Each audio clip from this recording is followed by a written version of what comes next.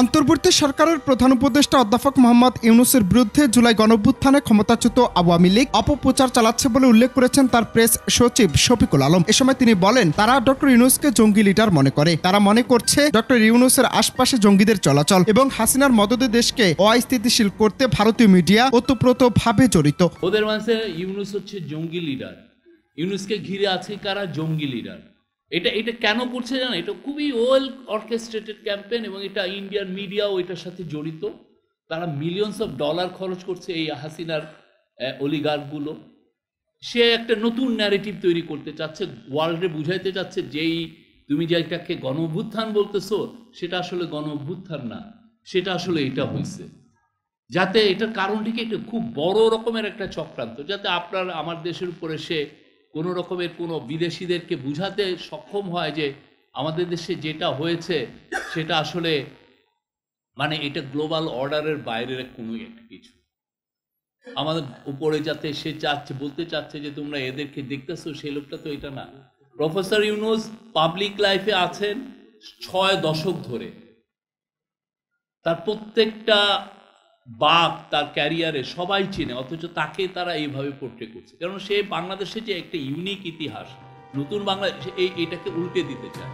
এই কাজটা তারা শনিবার দুপুরে রাজধানীর জাতীয় প্রেস ক্লাবে দ্রোহের গ্রাফিতি 2024-এর গণঅভ্যুত্থান শিরোনামে একটি বইয়ের প্রকাশনা উৎসবে শফিকুল আলম আরো বলেন, শেখ হাসিনা চোরতন্ত্রের জননী, গুমের জননী। ফ্যাসিস্ট আমলে বাংলাদেশের ইতিহাস বদলের চেষ্টা হয়েছে। আওয়ামী লীগ সরকারের 15 বছরে 1974 সালের দুর্ভিক্ষ নিয়ে কোনো গবেষণা ও লেখা প্রকাশিত হয়নি। রক্ষী বাহিনীর হাতে 30,000 লোক মারা যাওয়ার বিষয়টিও তুলে ধরেন তিনি। আওয়ামী লীগ এবং পতিত স্বৈরাচার, চোরতন্ত্রের জননী, গুমের জননী, তারা চাচ্ছেন বাংলাদেশকে এই যে ন্যারেটিভকে তারা চ্যালেঞ্জ করতে চাচ্ছেন।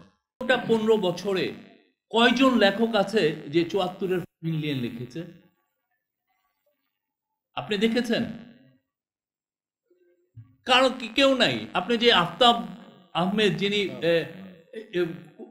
ছিলেন কি জন্য বাসন্তীর ছবি তুললেন, উনি মিস্টেরিয়াসলি মারা গেলেন। কেউ এটা ইনভেস্টিগেটও করলো না। পুরো আপনি 74 সালে আপনি রক্ষী বাহিনী দ্বারা যেটা আমরা দেখেছি, যেটা পড়েছি, 30,000 লোক মারা গেছে।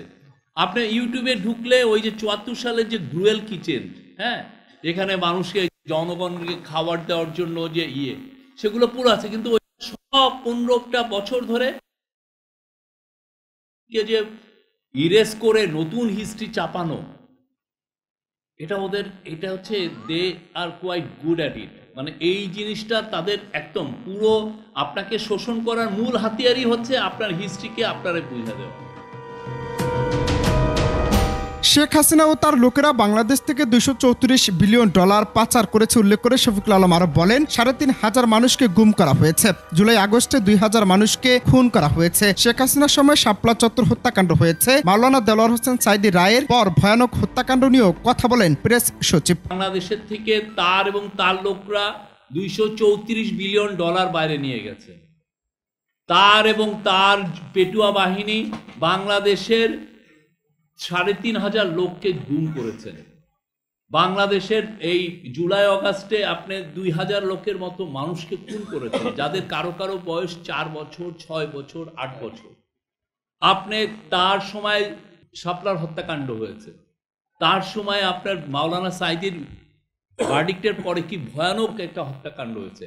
তারপরে দেখেন একটা দেশের চিফ জাস্টিসকে গলায় ধরে তার সিকিউরিটি এজেন্সি যে পিটিয়ে বিদেশে পাঠিয়ে দিয়েছে।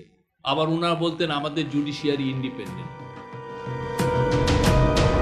এ সময় তিনি আরো বলেন, যারা ভাবছেন বিপ্লব শুধু জুলাই আগস্টের 21 দিন, এটা ভুল। তার আগেও 15 বছর ধরে লড়াই হয়েছে, আরো 15 বছর সংগ্রাম করতে হবে। যখন একটু থেমে যাবেন, ওরা আবার মাথাচাড়া দেওয়ার চেষ্টা করবে। আপনারা যারা ভাবছেন যে আমাদের বিপ্লব সেই 21 দিন, জুলাই আর অগাস্টের 21 দিন, এটা ভুল। তার আগেও স্ট্রাগল হয়েছে পুরো 15 বছর ধরে। 15 বছর আমাদের স্ট্রাগল করতে হবে। অনন্ত হাসান মাসুদ, বাংলা টিভি, ঢাকা।